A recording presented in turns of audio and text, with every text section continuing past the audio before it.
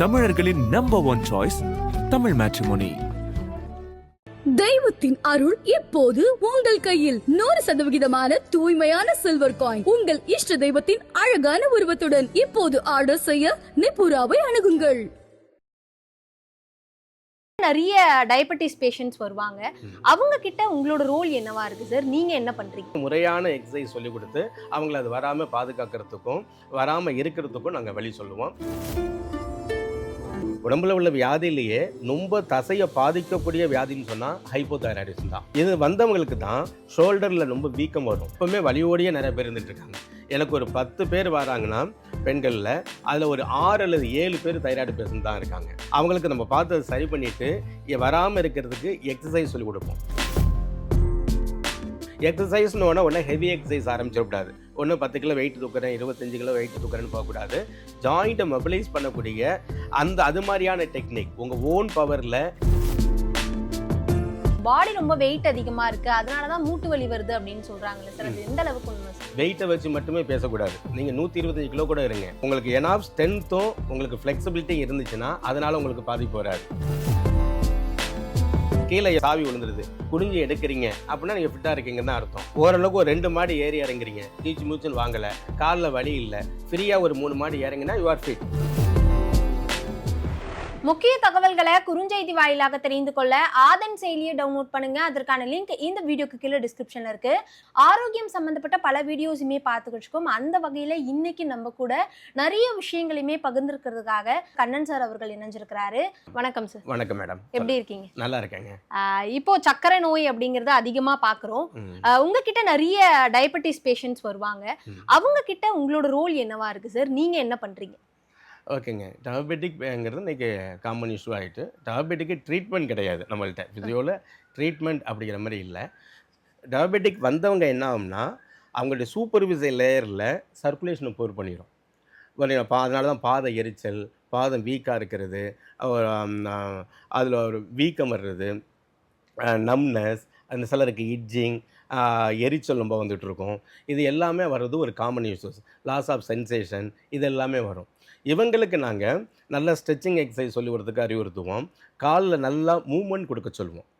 ஜாயிண்ட்டில் எல்லாமே மூவ்மெண்ட் கொடுக்க சொல்லுவோம். ஸோ இது எல்லாமே ரத்த ஓட்டத்தை அதிகப்படுத்திட்டு ஒரு இடத்துல உங்களுக்கு ரத்த ஓட்டம் குறைஞ்சாவே இதெல்லாம் வந்துடும். இன்ஃப்ளமேஷன் வந்துடும், பர்னிங் சென்சேஷன் வந்துடும், லாஸ் ஆஃப் சென்சேஷன், இதெல்லாம் வர்றது காமன். இது most common for diabetic patient. So அவங்கள வராமல் இது தடுக்கிறதுக்கும் வந்ததை சரி பண்ணுறதுக்கும் நாங்கள் உடற்பயிற்சி சொல்லிக் கொடுத்து இது மாதிரியான சூப்பர்விசர் லேயருக்கு சர்க்குலேஷன் இம்ப்ரூவ் பண்ணக்கூடிய விஷயங்களை நாங்கள் அறிவுறுத்துவோம்.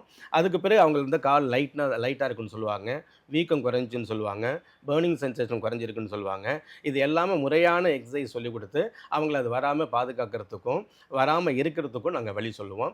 பொதுவாக எக்ஸசைஸ் பண்ணாவே some amount of calorie burn ஆகும். ஸோ அது அன்னைக்கு டே டு டே இருக்கக்கூடிய அந்த சர்க்கரையுடைய அளவை கொஞ்சம் குறைக்கும். ஸோ எக்ஸசைஸ்ங்கிறது ரொம்ப முக்கியமான ஒன்று.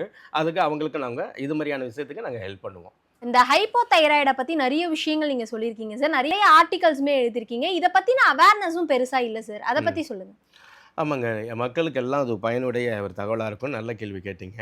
இன்றைக்கி டயபெட்டிக் அப்படின்னு சொன்னால் எல்லாருக்கும் அவேர்னஸ் வந்துச்சு. என்னது, உடனே எக்ஸசைஸ் பண்ணணுமா, டயட் கண்ட்ரோலில் இருக்கணுமா, மாத்திரை சாப்பிட்ணுமா, இது லைஃப் ஃபுல்லாக தீராதான், இதெல்லாம் செஞ்சுக்கிட்டே இருக்கணுமே அப்படிங்கிற அவேர்னஸ் அவங்களுக்கு வந்துட்டு. ஆனால் ஹைப்போதைராய்டிசம் வந்தவங்களுக்கு பார்த்திங்கன்னா அது ஒரு பெருசாக எடுத்துக்க மாட்டாங்க. தைராய்டுங்கிறது என்ன, காலைல கிளம்பி வெறும் வயிற்றில் ஒரு சின்ன மாத்திரை ஒன்று முழுங்கிட்டால் நம்ம எல்லா பிரச்சனையும் சரியாயிடுது. போய் லேபில் டெஸ்ட் பண்ணி பார்த்தா நார்மல் ரேஞ்சில் வந்துட்டு நம்மளுக்கு சரியாக ஓகே, நம்மளுக்கு தைராய்டு கண்ட்ரோலில் இருக்குதுன்னு நினைக்கிறாங்க. ஆனால் அது மறைமுகமாக என்ன செய்யும்னா தசையை ரொம்ப பாதிக்கும். உடம்புல உள்ள வியாதியிலேயே ரொம்ப தசையை பாதிக்கக்கூடிய வியாதின்னு சொன்னால் ஹைப்போதைராய்டிசம் தான். ஏன்னா அதான் ஹைப்போடோனியாங்கிறது one of the clinical feature of the hypothyroidism. இது வந்தவங்களுக்கு தான் ஷோல்டரில் ரொம்ப வீக்கம் வரும். தோல் அடியில் பார்த்தோன்னா ஃப்ளூயிட் கலெக்ஷன் நிறையா இருக்கும். டிப் ஆஃப் த ஃபிங்கரில் பார்த்தா ஃப்ளூயிட் கலெக்ஷன் இருக்கும். இவங்களுக்கு தான் லேக் ஆஃப் சர்க்குலேஷன் வரும். அதனால் அவங்க மொபிலிட்டி பாதிக்கும். ஆங்கிளில் ரொம்ப வீக்கம் வரலாம். பொதுவாக கொஞ்சம் பஃபி ஹேண்ட் இருக்கும் அவங்களுக்கு. ஷோல்டர் ஸ்டிஃப்னஸ் எப்பவுமே இருக்கும். சும்மா சாதாரண ஆளை விட அவங்களுக்கு அதிக அளவுக்கு கேட்ச் வரும். தசையில் ரொம்ப தசைப்பிடிப்பு, வலி இப்படி இருப்பாங்க. எப்போவுமே வலியோடையே நிறைய பேர் இருந்துகிட்ருக்காங்க. எனக்கு ஒரு 10 பேர் வராங்கன்னா பெண்களில் அதில் ஒரு 6 அல்லது 7 பேர் தைராய்டு பேஷண்ட் தான் இருக்காங்க. அவங்களுக்கு நம்ம பார்த்து அதை சரி பண்ணிவிட்டு வராமல் இருக்கிறதுக்கு எக்ஸசைஸ் சொல்லிக் கொடுப்போம். ஸோ அவங்களுக்கு இன்ஃப்ளமேஷன் நிறையா வரதுக்கான சான்சஸ் உண்டு. ஷோல்டர் ஸ்டிஃப்னஸ் ரொம்ப இருக்கும் அவங்களுக்கு. காலைல எழுந்தோன்னே கழுத்தில் என்னமோ வெயிட் கட்டின மாதிரி ஒரு ஹெவினஸ் இருக்கும். அப்புறம் கொஞ்சம் வேலை செஞ்ச பிறகு தான் அது சரியாகும். ஏன்னா எல்லாமே வந்து உங்களுக்கு மசில் டோன் புவராக இருக்க தான் காரணம். டோன் எப்போ புவராக இருக்கோ அங்கே சர்க்குலேஷன் கம்மியாயிரும். எப்போ சர்க்குலேஷன் கம்மியாகுதோ அங்கே வந்து உங்களுக்கு ஸ்டிஃப்னஸ் வரும். ஸ்டிஃப்னஸ் வந்தால் ஃப்ளூயிட் கலெக்ஷன் எல்லாம் ஒன்று மேலே ஒன்று அடுக்கி அவங்களுக்கு பெரிய ஒரு டிஸ்கம்ஃபர்ட்டை கொடுத்துக்கிட்டே இருக்கும் எப்போவுமே. ஸோ அவங்களுக்கு எக்ஸசைஸுங்கிறது மஸ்ட். அவங்க தான் எக்ஸசைஸ் ரொம்ப பண்ணணும். டயபெட்டிக் பேஷண்ட்டும் பண்ணணும். அதுக்கு இவங்களும் ரொம்ப செய்யணும். எக்ஸசைஸ்னு ஒன்று ஹெவி எக்ஸசைஸ் ஆரம்பிச்சிடக்கூடாது. ஒன்று 10 கிலோ வெயிட் தூக்குறேன், 25 கிலோ வெயிட் தூக்குறேன்னு போகக்கூடாது. ஜாயிண்ட்டை மொபிலைஸ் பண்ணக்கூடிய அது மாதிரியான டெக்னிக் உங்கள் ஓன் பவரில் இண்டிவிஜுவல் எஃபோர்ட்டில் என்னென்ன செய்ய முடியுமோ, மெஷினை டிபெண்ட் பண்ணாமல், வெயிட்டை டிபெண்ட் பண்ணாமல், அந்த எக்ஸசைஸ் எல்லாமே டோனிங்னு பேர். டோனிங் தான் ஹைப்போதைராய்டிசம் பீப்புளுக்கு ரொம்ப முக்கியம். அவங்க கண்டிப்பாக அவங்களுக்கு எக்ஸசைஸ் தேவை. எக்ஸசைஸ் செஞ்சால் தான் அவங்களுக்கு டோனிங் ஆகும். அப்போ தான் அவங்களுக்கு வரக்கூடிய அசௌகரியங்கள், டிஸ்கம்ஃபர்ட் எல்லாமே சரியாகும். அவங்களுக்கு ரொம்ப முக்கியமானது ஹைப்போதைராய்டிசம் பீப்புளுக்கு. நான் நிறைய பேஷண்ட்டை பார்க்குறேன். எல்லாருக்கும் சரி பண்ணிவிட்டு இது மாதிரி தான் எக்ஸசைஸ் சொல்ல அவங்கள நான் அறிவுறுத்துறாங்க. எக்ஸசைஸ் அப்படிங்கிறத வச்சு நிறைய பேசுகிறோம் சார் நம்ம. இப்போ எக்ஸசைஸ் வந்து நம்ம பண்ணுறோம், ஒரு நோய் வந்து குணமாகுது, மறுபடியும் இப்போ அந்த எக்ஸசைஸை விட்டால் மறுபடியும் அந்த நோய் வந்துருமா சார்? அதாவதுங்க, எப்பவுமே நோய்க்கு நேரடியான தீர்வுன்னு சொல்கிறத விட தசையை பலப்படும். எந்த நோய் வந்தாலும் தசையினோட இம்பேக்டை காட்டும். தசையும் வீக்காக இருக்கும் போகும்போது தான் அவங்களுக்கு நிறைய வலிகள், ஸ்டிஃப்னஸ் இதெல்லாம் வர ஆரம்பிக்கும். அது வராமல் இருக்கிறதுக்கு தான் இந்த எக்ஸசைஸ். பொதுவாக எக்ஸசைஸுங்கிறது உள்ளுறுப்புகளுக்கு ரொம்ப நல்லது. ஏன்னா குனிஞ்சு நிமிரும்போது இன்னராருக்கும் நல்ல டோனிங் ஆகும், நல்ல ஸ்ட்ரென்தன் ஆகும், அதோடைய ஃபங்க்ஷன் நல்லாயிருக்கும். அதனால் எக்ஸசைஸுங்கிறது ரொம்ப முக்கியமானது. அவங்களுக்கு இந்த நோய் அந்த நோயின்னு இல்லை, எல்லாருக்குமே அவங்களுடைய வயதுக்கு ஏற்ற மாதிரி, அவங்களுடைய பிரச்சனைக்கு ஏற்ற மாதிரி அவங்கவுங்களும் எக்ஸசைஸ் கண்டிப்பாக பண்ணணும். ஸோ அது இந்த வியாதி அந்த வியாதி இல்லைங்க, எல்லாருக்கும் முக்கியமான ஒன்று அந்த எக்ஸசைஸ். நிறைய பேர் இந்த ஜிம்முக்கு போயிட்டு 1 நாள் 2 நாள் ஒர்க் அவுட் பண்ணுவாங்க சார். அதுக்கப்புறம் மறுபடியும் ஒரு சில இடங்களில் வலிக்குதுன்னு அந்த ஜிம்முக்கு போகிறதையே ஸ்டாப் பண்ணிடுவாங்க. அந்த மாதிரி பண்ணலாமா சார்? இல்லைங்க, ஜிம்முக்கு போகிறது மசிலை ஸ்ட்ரென்தன் பண்ணுறது தான். நீங்கள் எக்ஸசைஸை கொடுக்காம ஒரு பர்டிகுலர் குரூப் ஆஃப் மசிலுக்கு எக்ஸசைஸ் கொடுக்கும்போது அடுத்த நாள் பெயின் வருது, காமன் இஷ்யூ. அது ஒன்றும் பிரச்சனை கிடையாது. டோனிங் ஆகுதுன்னு அர்த்தம். நம்ம இடைவிடாமல் அதை செஞ்சு டோனிங் ஆகி அதை ஸ்ட்ரென்தன் பண்ணணும். அதனால் அது ஒன்றும் தப்பு கிடையாது. ஒரு 5 நாள் ஒரு தம்பிள்ஸ் பண்ணுறோம், வலி வருதுன்னு தப்புன்னு விட்டுறக்கூடாது. ஆனால் எந்தி சொன்னது என்னென்னா, ரொம்ப ரிப்பிட்டேஷன், ஓவர் வெயிட் போட்டால் தான் அது ஸ்ட்ரெயின் ஆகிறதுக்கு சான்சஸ் இருக்குது. அதனால் அவங்களுடைய மசில் ஸ்ட்ரென்த்துக்கு ஏற்றவாறு கம்மியான வெயிட் போட்டு செய்யணும். செய்யும்போது 1 or 2 days 1 week பெயின் இருக்கிறது காமன் இஷ்யூ. அதுக்காக பயப்பட வேண்டாம். அப்படி இருந்தால் அன்னைக்கு போய் ஐஸ் ஒத்தனம் கொடுக்கணும். ஐஸ் ஒத்தனம் கொடுத்து அந்த வலி, அந்த ஸ்ட்ரெயினால் வரக்கூடிய வலியை நம்ம குறைச்சிக்கலாம். அது மாதிரி தான் இப்போ திடீர்னு ஒருத்தர் வாக்கிங் ஆரம்பிப்பார், ஒரு நாலேஜ் வந்துடும், நாளிலேருந்து இப்போ வாக்கிங் போகணும்ப்பா அப்படின்ட்டு ஆரம்பிப்பார்.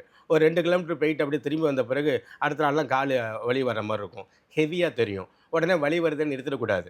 அப்படின்னா என்ன, உங்கள் மசில் வீக்காக இருந்துச்சு, வீக்காக உள்ள மசிலுக்கு எக்ஸசைஸ் கொடுத்தீங்க, அது டோனிங் ஆகும்போது வரக்கூடிய பெயின், இது ஒரு நல்ல பெயின் சொல்லி எடுத்துக்கிட்டு இடைவிடாமல் அந்த பயிற்சியை செய்யணும். சரி, ஒரு 2 கிலோமீட்டர் எடுத்தாருன்னா அடுத்த நாள் 1 கிலோமீட்டர் வேணால் போயிட்டு வரணுமே தவிர கம்ப்ளீட்டாக அந்த பயிற்சியை ஸ்டாப் பண்ணக்கூடாது. எப்பவுமே இடைவிடாமல் தொடர்ந்து செஞ்சால் தான் தசைக்கு நல்லது. ஸோ திடீர்னு ஆரம்பிக்கும் போது தசையில் வர வலிங்கிறது காமன் இஷ்யூ. அது ஒன்றும் பெரிய விஷயங்கள, டோனிங் ஆகிறதுக்கான இண்டிகேஷன் தான் அந்த பெயின். ஸோ நல்ல பெயின் நினச்சிக்கிட்டு நம்ம தொடர்ச்சியாக அதை செய்யணும். அதே மாதிரி தான் ஜிம்முக்கும். நீங்கள் 5 கிலோ 3 கிலோ 4 கிலோ வெயிட் போடும்போது பெயின் வர்றது காமன் இஷ்யூ. இது வலிக்கதே நினச்சி நிறுத்திடக்கூடாது. மூட்டு வலி வந்து நிறைய பேருக்கு வருது சார். அவங்க பாடி ரொம்ப வெயிட் அதிகமாக இருக்குது, அதனால தான் மூட்டு வலி வருது அப்படின்னு சொல்கிறாங்களே சார், அது எந்த அளவுக்கு உண்மை சார்? எல்லா காரணத்தையும் வெயிட்டாக இருக்குங்கிற காரணத்துலேயும் போட்டுடுறாங்க. அது ரொம்ப தப்பான விஷயங்க. அது நம்ம மசில் எனாஃப் டோனிங்கில் இருந்துச்சுன்னா, எனாஃப் ஃப்ளெக்சிபிலிட்டியில் இருந்துச்சுன்னா அது ஒன்றுமே செய்யாது. வெயிட்டை வச்சு மட்டுமே பேசக்கூடாது. நீங்கள் 125 கிலோ கூட இருங்க, உங்களுக்கு எனாஃப் ஸ்ட்ரென்த்தும் உங்களுக்கு ஃப்ளெக்சிபிலிட்டியும் இருந்துச்சுன்னா அதனால் உங்களுக்கு பாதிப்பு வராது. அந்த வெயிட் எவ்வளோ நாளாக வந்துச்சுன்னு பாருங்கள். சடனாக 6 மாதத்துலேயே 30 கிலோ வெயிட் போட்டால் அது என்னென்ன ரூட் காஸ் பார்த்து, எல்லாம் ட்ரக் இன்டியூஷன் ட்ரக்காக இருக்கலாம், நீங்கள் எல்லாம் சாப்பிட்டதில் இருக்கலாம், இல்லை ஹார்மோன் பிரச்சனை இருக்கலாம். அப்படி இருந்தால் அது வெயிட்டை குறைக்கிறதுக்கான முயற்சி எடுக்கணும். நீங்கள் சின்ன வயசுலேருந்து கொஞ்சம் ஒபீஸாக இருப்பீங்க, அப்பா அம்மா தாத்தா பாட்டிலாம் கொஞ்சம் ஸ்டவுட்டாக தான் இருந்தாங்கன்னா நீங்களும் ஸ்டவுட்டாக தான் இருப்பீங்க. அவங்களாம் 110 கிலோ, நம்ம மட்டும் 42 கிலோன்னு இருக்க முடியாது. ஏன்னா எல்லாம் ஜீன் ஃபோக்கஸ்டாக உள்ளது தான். ஏன்னா அதுக்கான எலும்பும் பலமாக இருக்கும், அதுக்கான தசையும் இருக்கும். இப்போ என்னென்னா, அதனால் வெறும் வெயிட்டை மட்டும் வச்சே இந்த பெயினை சொல்லிடக்கூடாது. நம்மளுக்கு எனாஃப் ஸ்ட்ரென்த் இருந்துச்சுன்னா நம்மளுக்கு பெயின் வராது. வேற உள்ள குவாட்ரிசோஸ் மசில் ரொம்ப முக்கியமானது. அது எனாஃப் ஸ்ட்ரென்த்தில் இருந்தால் உங்களுக்கு பெயின்னு ஒன்று தெரியாது. அது வீக் ஆகும்போது தான் பெயின் தெரியும். நீ பெயினுக்கு காரணமே பாடி வெயிட் டிஸ்ட்ரிபியூஷன் மாறுறது தான். அது அன்ஈவனாக இருக்கும்போது தான் உங்களுக்கு பெயினுங்கிறது ஒன்று வரும். அதனால் ஒபீஸாக இருக்கிறதே தப்புன்னு சொல்லிட்டு ரொம்ப பேர் அதில் டிப்ரெஷன் ஆகிறாங்க. ஐயோ நான் 12 கிலோ அதிகமாக இருக்கேனே பிஎம்ஐ பார்த்துட்டு எனக்கு கல்யாணமே ஆகாதா அப்படின்னு சின்ன வயசு பொண்ணுங்கள்லேருந்து எல்லாம் சொல்ல ஆரம்பிச்சிடுறாங்க. 45 வயசுலேயும் அப்படி தான். 45 வயசுலாம் வெயிட் ஏறுறது காமன் இஷ்யூ. ஏன்னா டிராஸ்டிக்காக அவங்களுக்கு ஹார்மோன் சேஞ்சஸ் வரும். அதனால் அவங்களுக்கு அந்த இடத்துல வெயிட் போகிறதுலாம் நார்மல். நம்ம என்ன செய்யணும்னா அதை டோனிங் பண்ணி ஸ்ட்ரென்தன் பண்ணுமே தவிர வெயிட்டை குறைக்கணும்னு சொல்லிட்டு ரொம்ப பட்னியாக கிடந்துக்கிட்டு இருக்குது இதுமாதிரி வேலைகள்லாம் பண்ணாமல் உங்களுக்கு ஸ்டாமினாவும் ஃப்ளெக்சிபிலிட்டி இம்ப்ரூவ் பண்ணிட்டுனா நீங்கள் எத்தனை வெயிட் இருந்தாலும் நீங்கள் ஓரளவு நீங்கள் மேனேஜ் பண்ணிக்கலாம். ஒபிசிட்டியே 2ஆக பிரிப்பேன். ஹெல்த்தி ஒபிசிட்டி, அன்ஹெல்த்தி ஒபிசிட்டின்னு. எப்படி ஹெல்த்தி ஒபிசிட்டினா உங்கள் வேலையை உங்களால் பார்க்க முடியுது. கீழே ஏதோ கீ விழுந்துருது, சாவி விழுந்துருது, குனிஞ்சு எடுக்கிறீங்க அப்படின்னா நீங்கள் ஃபிட்டாக இருக்கீங்கன்னு தான் அர்த்தம்.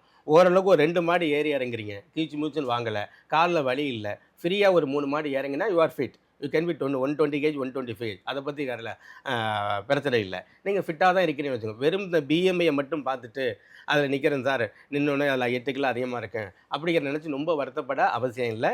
நீங்கள் ஸ்டாமினாவையும் ஃபிட்னஸ் இதை ஃப்ளெக்சிபிலிட்டியும் இம்ப்ரூவ் பண்ணிக்கிடுங்க. நீங்கள் வெயிட்டை பற்றி கவலைப்பட தேவையில்லை. அது ஒரு பெரிய ஃபேக்டர் கிடையாது. அலைன்மெண்ட்டு மாறுறது தான் நீல பெயினுக்கு காரணமே. ஸோ இந்த எம்எம்டிங்கிறது மசில் மேனிப்புலேட்டிவ் தெரப்பிங்கிறது மசில் அலைன்மெண்ட்டை கரெக்ட் பண்ணுறது தான் ஒரு முக்கியமான ரோல். ஸோ அதை சரி பண்ணிட்டீங்கன்னா நீங்கள் நீ பெயின்லேயும் தப்பிச்சுக்கலாம். அதுக்கு பிறகு உங்களுக்கு ஸ்ட்ரென்தனிங் எக்ஸசைஸ் சொல்லிக் கொடுப்போம். அதெல்லாம் செஞ்சு நல்லா சரி பண்ணிக்கலாம். ஏன்னா அப்புறம் இந்த எலும்பு தெஞ்சு போயிட்டுங்கிறது ஒரு முக்கியமான காரணமாக சொல்கிறாங்க. அது சின்ன வயசுலேயே வருது மூட்டு வலி. அப்போ அவங்களுக்கு என்ன செய்யுது? எல்லாமே எலும்பு தெஞ்சது தான் காரணம் கிடையாது. ஏன்னா ஒரு காம்ப்ளெக்ஸான ஒரு ஜாயிண்ட், அது ஒரு காம்ப்ளிகேட்டடான ஸ்ட்ரக்சர் வந்து நீ வெறும் போன் மட்டும் இல்லை. அதில் வந்து லிகமெண்ட் இருக்குது, டென்டன் இருக்குது, கேப்சல் இருக்குது, மெம்பரைன் இருக்குது, பிளட் வெசல் இருக்குது, நர்வ் சப்ளை இருக்குது, அதுக்கிடையில் போனும் இருக்குது. மற்ற எந்த ஒன்றில் பிரச்சனை இருந்தாலும் நீங்கள் பெயின்கிறது நீல தான் ஃபீல் பண்ணுவீங்க. ஆனால் அதுக்கு எலும்பு தான் தெரிஞ்சிருக்குங்கிற காரணம் இல்லை. ஸோ அதனால் அதை நிவர்த்தி பண்ணுறதுக்கு என்ன வழியோ இந்த மசில் மேனிப்புலேட்டிவ் தெரப்பி நல்லா ஹெல்ப் ஆகும். அதுக்கு எக்ஸசைஸ் இருக்குது, அதை செஞ்சு சரி பண்ணிக்கலாம். ஃபஸ்ட்டு பெயினை மேனிப்புலேட்டிவ் தெரப்பி சரி பண்ணிவிட்டு அப்புறம் தான் எக்ஸசைஸ் பண்ணணும். பொதுவாக என்ன செய்வாங்கன்னா இப்போ அதான் எப்பவுமே ப்ரிவென்ஷன் வேறு, ட்ரீட்மெண்ட் வேறு. எல்லாமே இப்போ இந்த யோகா படிக்கிறேன், எக்ஸசைஸ் பண்ணுறங்கிறதுக்கு நீ பெயின் இருக்கிறவங்கலாம் போய் இந்த வாரியர் போஸ்னு ஒன்று பண்ணிகிட்டு இருப்பாங்க. முன்னால் நீயை பென் பண்ணிவிட்டு காலை ஸ்ட்ரெச் பண்ணி சொல்லக்கூடிய அந்த வாரியர் போஸ், அதை அவங்க செய்யவே கூடாது. நீ பெயின் வந்துட்டாவே வெயிட் பியரிங் எக்ஸசைஸ் எதுவுமே அவங்க செய்யக்கூடாது. அதை அவங்க அவாய்ட் பண்ணணும். வராமல் இருக்கிறதுக்கு தான் அது மாதிரியான எக்ஸசைஸ் தான். அதனால தான் உங்களுக்கு அது நீக்கு நல்லதே தவிர நீ பெயினுக்கு நல்லதில்லை இந்த வாரியர் போஸ் இது மாதிரி உள்ள எக்ஸசைஸ்லாம். அதனால் நல்லா இருக்கும்போது நல்லா டோனிங் பண்ணி ஸ்ட்ரென்தன் பண்ணி வச்சுக்கிட்டிங்கன்னா இது மாதிரி நீ பெயினுங்கிறது வராது. நிறைய பேர் வந்து இந்த அன்றாடம் வேலை பார்க்குறவங்களாம் வந்து உட்கார்ந்த வேலைகள் அதிகமாக பார்க்குறாங்க. இந்த வீட்டு வேலைகள் செய்கிறவங்களா இருக்கட்டும், பூ கட்டுற வேலைகள், இந்த மாதிரி இருக்கவங்களுக்கு வந்து இந்த இடுப்பு எலும்பு ஜவ்வு தேஞ்சிருது அப்படின்றத கேள்விப்படுறோம்ல. உட்காந்துட்டு தானே இருக்காங்க, இதனால ஏன் சார் தேயுது? தேய்மானங்கிறது நேச்சுரல் ஃபெனமெனனுங்க. எப்படி முடி நரைக்குதோ அதுமாரி கூட இயற்கையான ஒரு நேச்சுரல் நிகழ்வு தான் எலும்பு தேய்கிறங்கிறது. அது ஒன்றும் ஆச்சரியமாக பார்க்குற அளவுக்கோ எலும்பு தேஞ்சு போயிட்டா அப்படின்னு கேட்குற அளவுக்கு ஒன்றும் இல்லை. எப்போவுமே அது 45 வயசு, 48 வயசு, 52 வயசுலேருந்து அது வேரி ஆகும், அவ்வளோதான். ஆனால் கண்டிப்பாக தேய்மானங்கிறது ஒன்று இருக்கும். எல்லா உறுப்புகளும் எல்லா இடத்துலையும் தேய்மானம் இருந்துக்கிட்டு தான் இருக்கும். ஆனால் நம்ம வலி வர்றதுனால போனுக்கு மட்டும் ஒரு இம்பார்ட்டன்ஸ் கொடுக்கணும். எலும்பு தேஞ்சு போயிட்டா அப்படிங்கிறது. எலும்பு தேஞ்சா இவ்வளோ பெரிய எலும்பாக தேய்கிறது இல்லை. அந்த ஆஸ்டியோபைட் சேஞ்சஸ் அப்படின்னு சொல்லுவாங்க. அந்த காண்டையில் வரக்கூடிய ஒரு மாற்றம், ஒரு சுரசுரப்பான ஒரு நிலையை தான் நம்ம வந்து எலும்பு தேய்கிறதுன்னு காமனாக சொல்லிகிட்டு இருக்கோம். அது நேச்சுரல் ஃபெனமெனன். அதை பற்றி கவலைப்பட வேண்டியதில்லை. அப்போ நேச்சுரல் ஃபெனமென்னா 60 வயசில் எல்லாருக்கும் தெரியும். ஏன்னா தேயிற காலம் தான் வித்தியாசப்படும். சிலருக்கு 42 வயசுல தேய்மானம் ஆரம்பிக்கலாம், சிலருக்கு 52 வயசுல தான் தேய ஆரம்பிக்கும். எல்லாம் அவங்க ஸ்ட்ரென்த்து, ஹெரிடிட்டி ஃபேக்டர் இவ்வளவு பொறுத்தது. ஆனால் 60 வயசில் கண்டிப்பாக தேயும். அதனால் தேய்மானத்தை பற்றி பெருசாக நம்ம கவலைப்பட தேவையில்லை. தேய தான் செய்யும், மாற்றத்துக்கு உட்படுறது தான் உடம்பு. ஆனால் நம்ம தசையை பலமாக வச்சுக்கிட்டா அந்த அதனால் வரக்கூடிய வலியிலேருந்து நம்ம தப்பிச்சுக்கலாம். So எக்ஸசைஸ்ங்கிறது must. ஆனால் என்ன செய்யணும், ஏது செய்யணுங்கிறது அவங்களுடைய ப்ராப்ளத்தை பொறுத்தும் வயசை பொறுத்தும் அது வித்தியாசப்படும். ஸோ அது மாதிரி தான் செஞ்சு நம்ம இந்த மூட்டு வலி, இடுப்பு வலி எல்லாத்தையுமே தான் லம்பாஸ். இடுப்பில் பார்த்தீங்கன்னா லம்பாஸ் ஸ்பாண்டிலிட்டிஸ் சொல்ல ஆரம்பிச்சிருவாங்க. கழுத்தில் பார்த்தா செர்விக்கல் ஸ்பாண்டிலிட்டிஸ். எங்கெங்கெல்லாம் எலும்பு இருக்கோ அங்கெல்லாம் தெரியும். அங்கேருந்து நரம்பு பிரிஞ்சு வரும். அந்த நரம்பு பிரிஞ்சு வர இடத்துல இரிட்டேஷன் வரும். அந்த இரிட்டேஷன் ஏன் வருது? Weakness of muscle. எல்லாருக்கும் வருது இல்லையா? நான் சொன்னேன் தேய்மானம் எல்லாருக்கும் வரும், எல்லாருக்கும் வலி வர்றதில்லை. ஏன்னா டோனிங்கில் மசில் இருந்துச்சுன்னா உங்களுக்கு வந்து வலி தெரியாது. வீக்காக மசில் இருந்தால் பெயின் ஒன்று தெரியும். இப்போ நீங்கள் சொன்னீங்களே உட்கார்ந்த வேலை பார்க்குறவங்க, அவங்கள ஆஃபீஸில் உட்காந்து ஒர்க் பண்ணுறவங்க கூட இந்த ஹோல் பாடி வெயிட் ஃபுல்லாகவே லோ பேக்கில் தான் விழும். அந்த மசில் ஸ்ட்ரெயின் ஆகும், லோ பேக் மசில். நிறைய பேருக்கு பார்த்து தொட்டு பார்த்தா கரலையாக இருக்கும், அடி முதுகில் இருக்கும். இது எல்லாமே ஸ்ட்ரெயினால் வந்தது. ஸோ அதுக்கு என்ன பண்ணோம்னா ரிவர்ஸாக எக்ஸசைஸ் பண்ணி பேக் பெண்டிங் பண்ணி அதை வலியை நிவாரணம் பண்ணிக்கலாம். அந்த கரலுக்கெல்லாம் இருக்கிற ஸ்டிஃப்னஸ் எல்லாமே எம்எம்டி மூலமாக நல்லா சரி பண்ணிக்கலாம். ஸோ எம்எம்டி மூலமாக சரி பண்ணிக்கிட்டு ஸ்ட்ரென்தனிங் எக்ஸசைஸ் பண்ணிவிட்டு, அதாவது பேக் பெண்டிங் கொடுத்து ஸ்பைனல் எக்ஸ்டென்ஷன் எக்ஸசைஸ் கொடுத்து அதை சரி பண்ணிக்கிட்டு அவங்க வலி நிவாரணம் பெறலாம். அதுதான் ஒரே வழி அவங்களுக்கு. நிறைய இன்ஃபர்மேஷன்ஸ் கொடுத்துருந்தீங்க சார். உங்களோட நேரத்தை செலவு பண்ணி ரொம்ப ஓகே நன்றி. ஓகே, நன்றிங்க, ரொம்ப நன்றிங்க.